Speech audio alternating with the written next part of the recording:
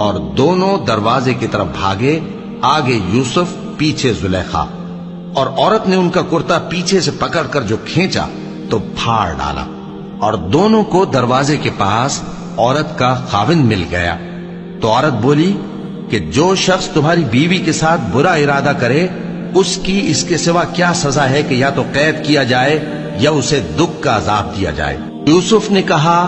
اسی نے مجھ کو اپنی طرف مائل کرنا چاہا تھا، اور اس کے خاندان میں سے ایک گواہ نے گواہی دی کہ اگر اس کا کرتا